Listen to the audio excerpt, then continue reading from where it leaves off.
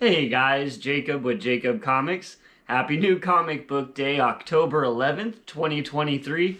Hope all you guys found all your books in your cubby, on the new comic book shop wall, or mailed to you. However you guys get your books, I hope you guys found all the books you were looking for this week. I know I did here in the loud, mysterious black bag. Now, before we get dived into that, I do want to remind you guys to give me a like, comment, and subscribe.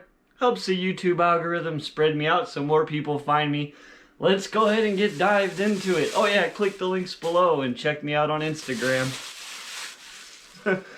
Alright guys, so we have a top 5 here this week. I got 5 books. Unfortunately, there's no DC pickups. It's all Marvel.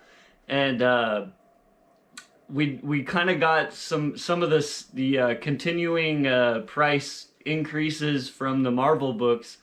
But interestingly enough, some of the titles came with better paper, and I'll point out which ones did and didn't. I think it's kind of interesting which ones they chose to do that with. So in the numbers 5 spot and on tissue paper, and still at the $3.99 price tag, and is Guardians of the Galaxy number 7.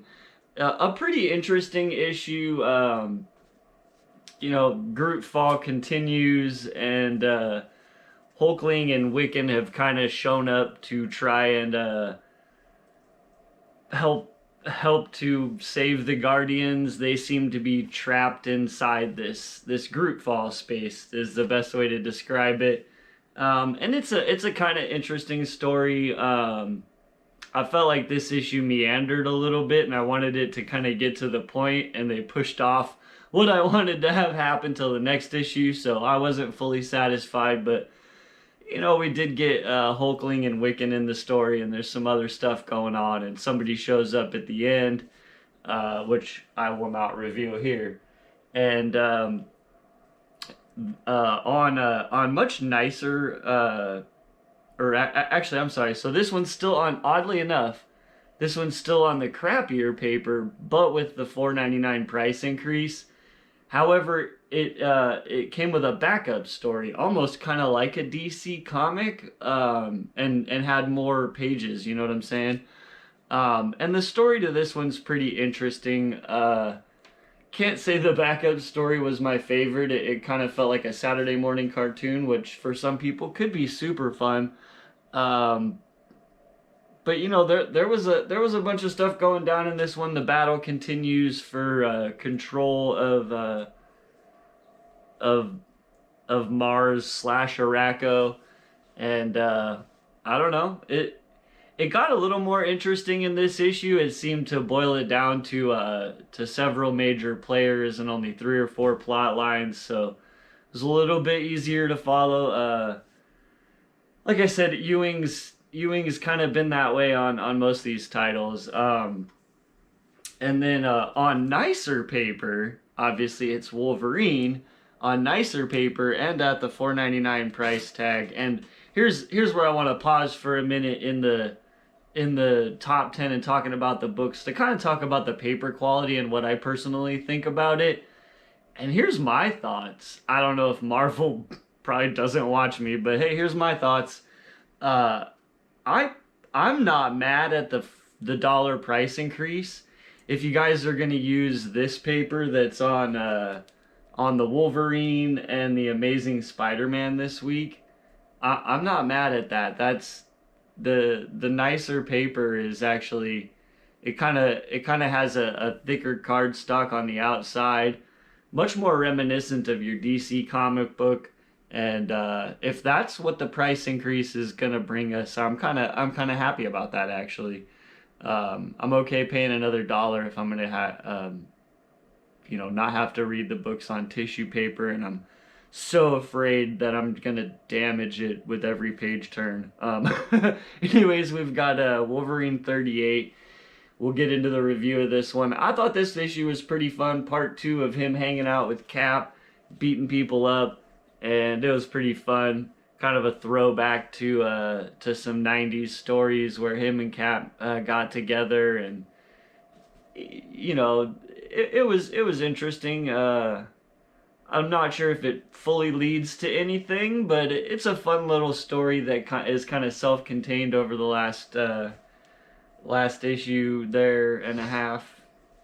I'm not sure. It said it was a part two, and I feel like last issue was Helverine, but maybe I'm missing an issue. Maybe it was the last. I don't know. It was fun. It kind of wrapped up, and Wolverine seems to be off on his next adventure, trying to figure out what he's gonna do to help stop the fall of X. And without spoiling too much, the story is pretty fun. And it kind of has there's some hijinks on a boat, and Wolverine and Cap end up getting dressed in cowboy costumes. It's not a bad story. I'd give it a recommend. Here in the number 2 spot, would have given this number 1. It was super good. We get the first appearance of Widow, which is Black Widow with this new symbiote. And kind of interesting, man. There's some stuff happens in Venom 26 that I'm kind of interested about. We've got Dylan Brock, and Eddie's not in this issue, so if you're looking for Eddie, he's not here right now. But Dylan kind of teams up with this new Widow, Black Widow, and her new symbiote, and it's definitely first full appearance. She's fully throughout the issue.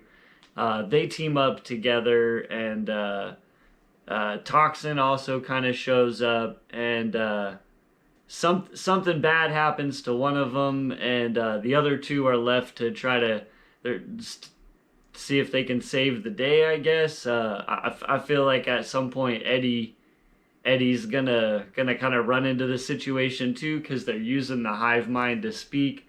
It was pretty good. And then in the number 1 spot, fantastic art on this issue.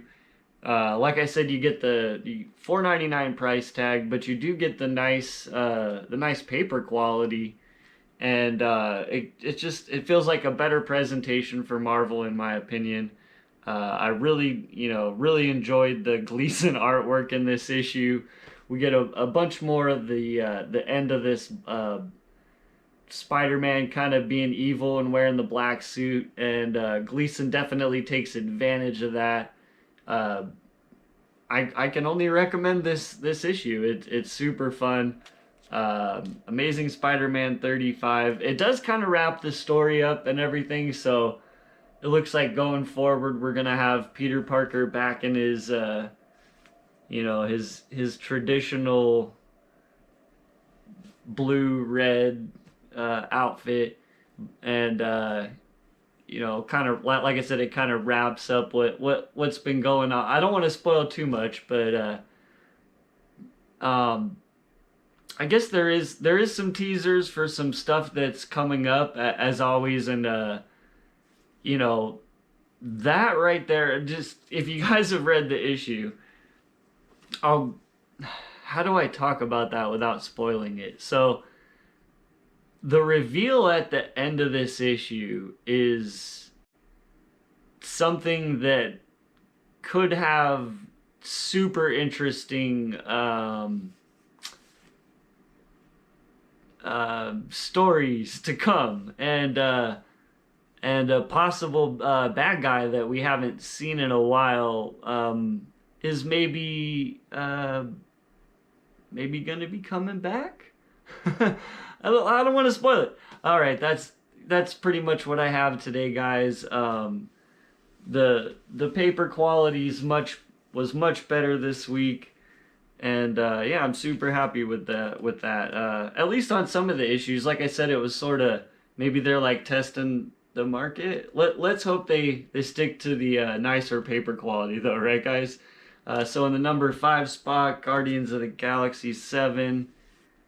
Number 4, we had X-Men Red 16. This is just a heavy Marvel week for me. And Wolverine 38 in the number 3 slot. And number 2, like I said, check this one out. It's the first appearance of Black Widow and her new symbiote. I believe issue 23, there was kind of a symbiote goo that Black Widow found. But this one's definitely her first full. That one's maybe like a cameo of the goo. I don't know what you want to call it. So yeah, that one's a pretty big key this week, and just a good read. And I don't know, I feel like Wells is really turning this run around in the #1 spot. Amazing Spider-Man 35. And yeah, that's what I have today, guys. If you'll watch this far into the video, like, comment, subscribe. As always, we'll see you guys next time, and have a great day.